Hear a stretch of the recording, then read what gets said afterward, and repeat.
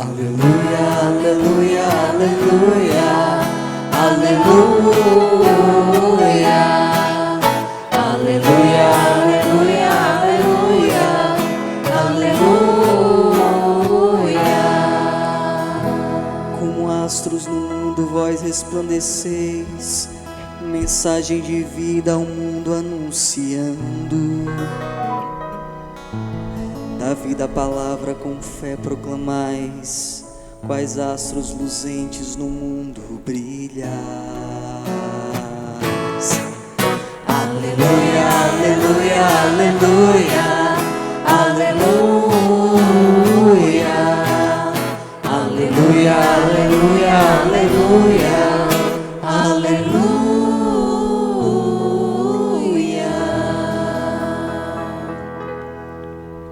O Senhor esteja convosco. Ele está no meio de nós. Proclamação do Evangelho de Jesus Cristo segundo Lucas. Glória a vós, Senhor. Naquele tempo, Jesus contou uma parábola aos discípulos. Pode um cego guiar outro cego? Não cairão os dois num buraco? Um discípulo não é maior do que o mestre. Todo discípulo bem formado será como o mestre. Por que vês tu o cisco no olho do teu irmão e não percebes a trave que há no teu próprio olho? Como podes dizer ao teu irmão: irmão, deixa-me tirar o cisco do teu olho, quando tu não vês a trave no teu próprio olho? Hipócrita, tira primeiro a trave do teu olho, e então terás como enxergar bem, para tirar o cisco do olho do teu irmão. Não existe árvore boa que dê frutos ruins, nem árvore ruim que dê frutos bons. Toda árvore é reconhecida pelos seus frutos. Não se colhem figos de espinheiros, nem uvas de plantas espinhosas. O homem bom tira coisas boas do bom tesouro do seu coração, mas o homem mau tira coisas más do seu mau tesouro, pois sua boca fala do que o coração está cheio. Palavra da salvação.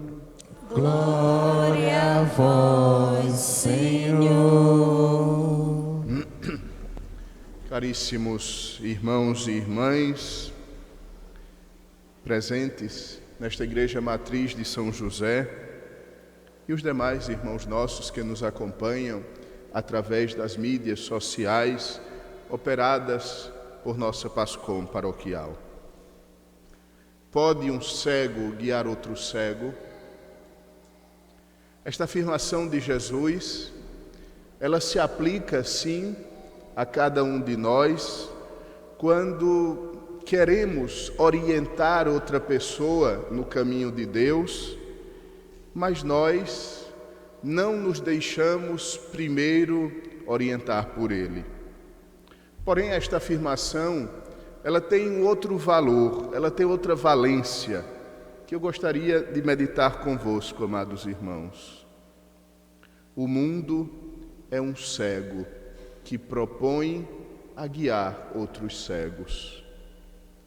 Quando nós nos deixamos levar pelas coisas do mundo, por suas ideias, pelos seus costumes, pelo seu modo de pensar, nós somos este cego que se deixa guiar por outro cego. Nós somos alguém que deixa na mão de outra pessoa, no caso do mundo, o próprio destino, sabendo que o mundo não poderá nos conduzir à tranquilidade, sabendo que o mundo não poderá dar jamais aquilo que ele promete. Por isso, nós devemos ter, a priori, certa desconfiança das coisas do mundo. Nós devemos olhar para as coisas do mundo e, com um pé atrás, como dizemos popularmente, e com um pé atrás, avaliarmos: isto que o mundo me propõe tem sentido? Isto que o mundo indica tem fundamento na minha fé? Isto que o mundo me diz para fazer ou para deixar de fazer é um bem sob a ótica do cristianismo? E assim nós evitamos cair no buraco. E assim nós evitaremos, amados irmãos, deixarmos-nos guiar por este cego que é incapaz de nos levar a lugar algum, porque o mundo não sabe para onde caminha. Enquanto, se nós nos deixarmos guiar por Cristo, nós encontraremos vida e salvação, porque somente Cristo é a luz capaz de iluminar os nossos passos no caminho da vida. O segundo aspecto que nós precisamos meditar, e que bom que este Evangelho quase que nos introduz na Quaresma a partir de quarta-feira, é o autoexame de consciência. É a capacidade de, com sinceridade, com verdade, sem medo e com confiança, avaliarmos o nosso proceder, para retirarmos as imensas traves que estão nos nossos olhos e que nos impedem de ver a verdade. Algumas traves bem concretas da nossa vida que nos impedem de ajudar o irmão, que nos impedem de tirar o cisco no olho do irmão. A primeira delas é nos considerarmos bom demais, nos considerarmos prontos, nos considerarmos acabados e santos. Esta atitude impede o nosso crescimento. Termos sempre uma atitude de auto-perdão, uma atitude que sempre desculpa os nossos erros, nos impede de enxergarmos bem a realidade. Em outras palavras, procurarmos sempre nos desculpar, ou pior ainda, culpar os outros pelos nossos defeitos, são traves que nos impedem de enxergar e, mais ainda, nos impedem de receber o perdão de Deus, pois Deus não se dá aos soberbos, pois Deus não pode derramar seu amor e sua misericórdia num coração soberbo, mas é o coração humilde, capaz de receber o perdão de Deus. E a humildade nasce exatamente na consciência de que nós somos pecadores, pobres pecadores. A segunda trave que o Evangelho nos propõe, e é tão bem explicada na primeira leitura, é o modo de falar. Nunca elogies ninguém antes de ouvi-lo falar, pois é no falar que o homem se revela. O modo de falar de uma pessoa exprime de fato o que ela é. A psicologia do século XX, toda ela nos chama a atenção para quando nós falamos algo sobre alguém ou de alguém, antes de mais nada, nós estamos falando algo sobre nós mesmos. As nossas críticas aos outros, na verdade, revelam o que nós somos no profundo do nosso coração. Então, a segunda trave que nós devemos retirar do nosso coração é um modo de falar que não constrói, é um modo de falar que não edifica, é um modo de falar que não ajuda as outras pessoas a aproximarem-se de Deus. Uma crítica recorrente que é feita à nossa igreja, às nossas paróquias, às nossas reuniões, é exatamente esta.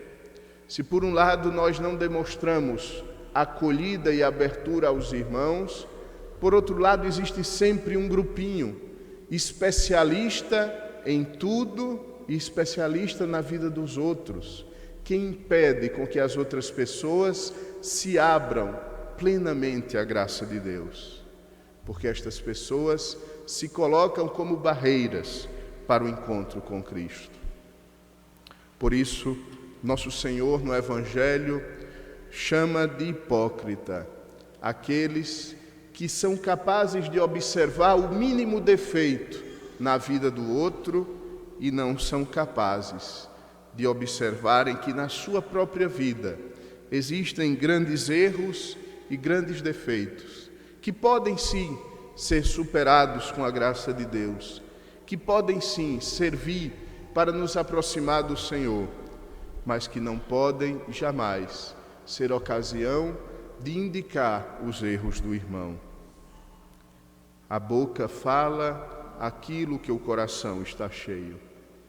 Se nós avaliarmos os nossos comentários desta semana, as nossas conversas, o que será que o nosso coração estaria cheio? O que revelaria as nossas conversações, os nossos comentários, as nossas mensagens? Revelaria um coração apaixonado por Deus? Revelaria um coração misericordioso nas relações uns com os outros? Revelaria um coração preocupado em ajudar as outras pessoas? Ou revelaria a secura de um coração que somente é capaz de enxergar os defeitos no outro e coloca-se como centro do mundo, excluindo Deus do seu horizonte? Nesta Eucaristia, amados irmãos, enchamos o nosso coração de Jesus. Deixemo-nos penetrar por Ele, para assim, cada um, a partir deste momento de encontro com Cristo, cada um possa iniciar um processo de falar de Cristo. Falar de Cristo não é simplesmente dizer coisas sobre Jesus, não é demonstrar conhecimento biográfico sobre Cristo. Falar de Cristo é transparecer na voz e no modo de ser a mesma voz e o mesmo modo de ser do Senhor. É deixar transparecer na própria vida a luz que emana do ressuscitado. E assim nós nos tornamos outro Cristo a caminhar pelo mundo. Nós nos tornamos encontro de Cristo para as outras pessoas. Enchamos o nosso coração do Senhor e falemos dele a todo momento. E como dizia Santo Antônio, e se preciso, usemos as palavras. Amém. Fiquemos de pé e professemos